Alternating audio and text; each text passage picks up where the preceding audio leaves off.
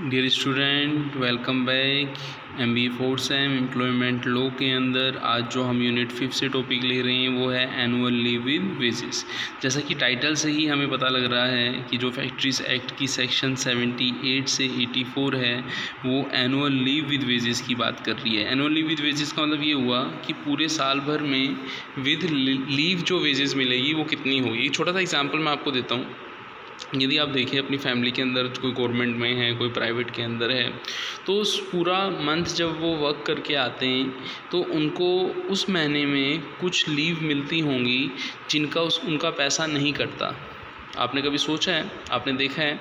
ठीक है, तो आप कहेंगे हाँ सर ऐसा तो है, बिल्कुल है। ठीक है, तो वो क्या कहलाता है? लीव विद वेजेस कहलाता है। वो मंथली हम कहें या फिर एनुअली कहें, यहाँ पे एनुअल लीव इसलिए बोला है क्योंकि पूरे साल का हम कैलेंडर ईयर का हिसाब रखते हैं, इसलिए हम एनुअल लीव विद वेजेस बोलते हैं। तो इस चैप्टर के अंदर हम यही पढ़ने वाले हैं कि एनुअल लीव विद वेजेस है क्या, पूरे साल भर की यदि हम बात करें तो वेजेस कैसे कैलकुलेट होगी, उन सब चीज़ों को हम यहाँ पे समझेंगे। एक छोटा सा एग्जाम्पल मैं आपके लिए रख रहा हूँ एनुअल लीव वेजेस का। सेक्शन 79 में आपको समझाने जा रहा हूँ। वहाँ पर आप देखिएगा पूरे ईयर में कितने डेज़ होते हैं, बोलो कितने डेज़ होते हैं, बोलो 365 डेज़। ठीक है ना, 12 मंथ 365 डेज़। ठीक है ना। अब हम यूँ कहें कि यदि कोई एम्प्लॉई 365 डेज़ में से 365 डेज़ वर्क करता है तो उसको कितनी लीव मिलेंगी, उसको कितनी लीव मिलेंगी। ठीक है ना। और कोई एम्प्लॉई है वो 365 डेज़ नहीं वर्क करता, हाफ ईयर ही आता है, उसको कितनी लीव मिलेंगी। और कोई वर्कर है जो पूरे ईयर में 240 डेज़ वर्क करता है तो उसको कितनी लीव मिलेंगी। तो यहाँ पे देखें तो where a worker work minimum for 240 days और more in a factory during a calendar year, कि यदि कोई पर्सन है कैलेंडर ईयर 1 जनवरी से 31 दिसंबर तक किसी ऑर्गेनाइजेशन में 240 दिन लगातार काम आता है या फिर उससे ज़्यादा काम में आता है, तो उसको उस ऑर्गेनाइजेशन में आने के बदले, जैसे वो एडल्ट वर्कर है, 18 साल से बड़ा है, तो उसको 20 दिन के बदले में एक छुट्टी दी जाएगी। 20 दिन के बदले में उसको एक छुट्टी दी जाएगी। जैसे हम बात करें कि यदि वो 240 दिन काम में आया, जैसे लास्ट एग्जांपल था 240, तो 240 का मतलब ये हुआ कि उसको हर 20 दिन पर एक छुट्टी मिलेगी। तो 240 दिन का मतलब ये हुआ कि उसको 12 छुट्टी साल भर की मिलेंगी। एक महीने में यदि हम 30 दिन भी माने तो 20 दिन की एक छुट्टी मिलती है, तो 30 दिन की 1.5 छुट्टी मिलेगी। यस और नो। तो एडल्ट वर्कर के केस में यदि कोई एम्प्लॉय 20 दिन आता है तो 20 दिन पर एक छुट्टी मिलती है, तो 30 दिन पर उसको 1.5 छुट्टी मिलेगी। और यदि साल भर की यदि हम बात करें तो यदि हम 1.5 को 1.5 को 1.5 को हम 12 से इंटू करें तो लगभग 18 दिन की छुट्टी उसको मिलेगी यदि वो पूरे साल भर आया है। आपको आई बात समझ? आप कहेंगे यस सर अब समझ में आता है।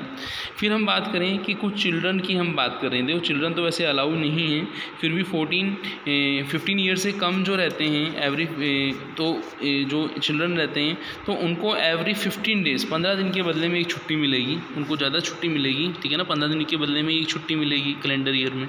ठीक है। और इसके अलावा हम देखें, if a worker does not commence his service from 1st January, he is entitled to these leaves at the mentioned rates provided has been 2/3 of the total number of day in remaining। कि यदि कोई worker है उसने पूरे, जैसे मान लीजिए हमने 240 डेज़ लिए, तो 240 डेज़ किसी ने वर्क किया है तो 240 डेज़ में 20 के हिसाब से, तो 20 डेज़ पर यहाँ पे जो यदि वो एडल्ट वर्कर है 20 पर एक मिलेगी तो 240 डेज़ पर 12 मिलेंगी। तो यदि हम बात करें कि यदि वो आपका कौन सा वर्कर है, बोलो वो चिल्ड्रन वर्कर है और उसने 300 दिन काम किया है तो 15 दिन के बदले में एक मिलेगी। तो 300 दिन में आप 15 का डिवाइड करेंगे तो 20 छुट्टियाँ उसे मिलेंगी। तो ये हमने चिल्ड्रन के बारे में समझा। जब हम 240 डेज़ की बात करेंगे कि 240 डेज़ की जब हम कैलकुलेशन करेंगे तो हम कैसे कैलकुलेशन करेंगे, तो जो 240 डेज़ की हम बात करेंगे, ले ऑफ का मतलब ये हुआ कि किसी दिन यदि एम्प्लॉई वर्क पे नहीं आता है, ले ऑफ पे है, तो वो उसके काउंट नहीं होंगे। ठीक है। इसके अलावा हम ये देखेंगे कि यदि वर्कर ले ऑफ के अलावा यदि फीमेल एम्प्लॉई है और यदि वो मैटरनिटी लीव पर थी, किस पर थी? मैटरनिटी लीव पर थी, तो उसके वो जो मैटरनिटी पीरियड है वो उसमें काउंट नहीं होगा। मैटरनिटी वीक आपको पता ही है जो है 6 मंथ कहें या 24 जो आपके 26 वीक कहें वो मिलती है। यहाँ पे 12 वीक का कंसिडर किया था, उस समय 12 वीक था। ठीक है ना। तो हम ये देखें, सपोज़ कोई फीमेल एम्प्लॉई है और उसने 240 डेज़ से कम दिन काम किया है और मान लीजिए उसने 20 डेज़ मैटरनिटी लीव पर थी और उसने 220 डेज़ काम पे किया है उस कैलेंडर ईयर में, तो उसका मतलब है 240 उसके काउंट हो जाएंगे, 240 उसके काउंट हो जाएंगे। जैसे 220 उसने वर्क किया, 20 मैटरनिटी पे थी, तो 240 काउंट हो जाएंगे और उसको 240 के हिसाब से, मतलब 240 के हिसाब से उसको कैलकुलेशन करके लीव तो मिलेगी 220 डेज़ की। बस ये कि जो हम 240 का जो हम मिनिमम क्राइटेरिया थे उसको, उसके अंदर उसकी जो मैटरनिटी लीव है उसको हम इंक्लूड कर लेंगे। अब आपको बात समझ में आई होगी। अब हम बात करेंगे कि ये जो एनुअल लीव विद वेजेस है, जब एम्प्लॉई लेता है एनुअल लीव विद वेजेस तो क्या उसका कैरिड फॉरवर्ड होता है।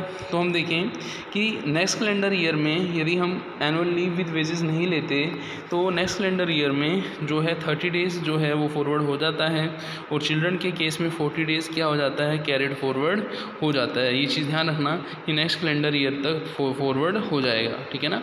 और जब हम in annual leave with wages को यदि हम अवेल करना चाहते हैं तो नॉर्मली जो भी पर्सन है वो अपने मैनेजर को 15 दिन पहले रिटर्न में देगा कि वो एनुअल लीव लेना चाहता है, तो उसको एनुअल लीव जो है मिल जाएगी। और कभी कभी ऐसा रहता है कि जो पब्लिक ट्रांसपोर्टेशन जैसे कुछ पब्लिक यूटिलिटी सर्विस है तो उस समय उनको 30 डेज़ बिफोर जो है एडवांस में बताना होगा कि वो एनुअल लीव विद वेजेस है वो उसको अवेल करना चाहते हैं।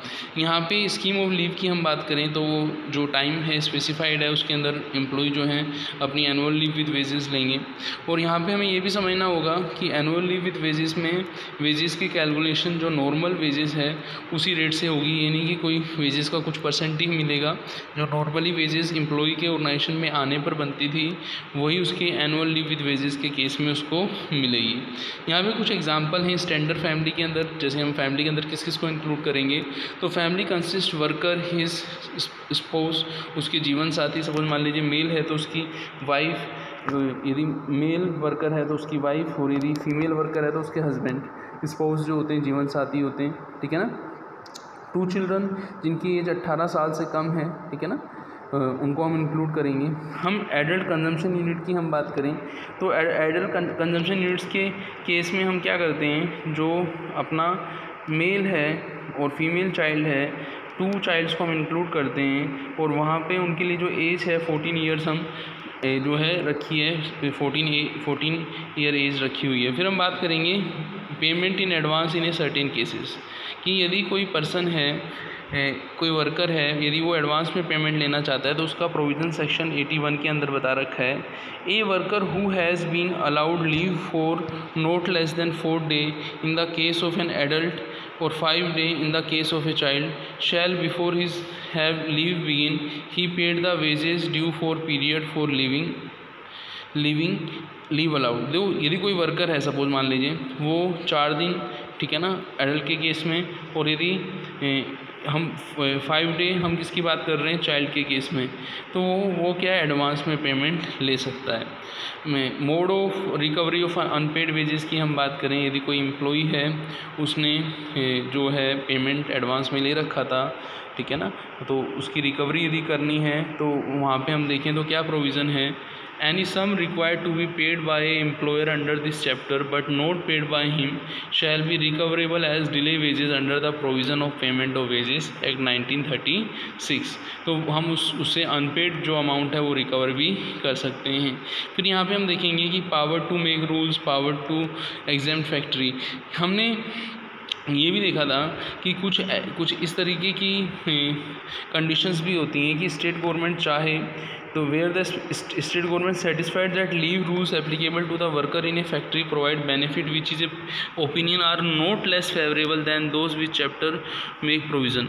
तो यदि कंपनी को यदि स्टेट गवर्नमेंट एग्जेम्प्ट करना चाहती है तो इस सेक्शन के अंदर 84 के अंदर उसको एग्जेम्प्ट भी कर सकती है। तो ये हमने एनुअल लीव विद वेजेस के हमने सेक्शन 84, सेक्शन 83, 82, 81 और इससे पहले हमने जो सेक्शन पढ़ा था section 80 wages during considering leave period, और फिर हमने सेक्शन पढ़ा था जिसमें हमने एनुअल लीव विद वेजेस की कंडीशंस देखी थी, और वो जो सेक्शन था उसमें हमने सभी वर्कर के लिए कंडीशंस देखी थी, वो थी annual leave with wages section 79। तो अपना ये जो चैप्टर था फैक्ट्रीज एक्ट का, एनुअल लीव विद वेजेस, जो सेक्शन 78 से लेके 84 तक था, उसको हमने इस लेक्चर में पूरा किया। तो मिलते हैं नेक्स्ट लेक्चर में। थैंक्स।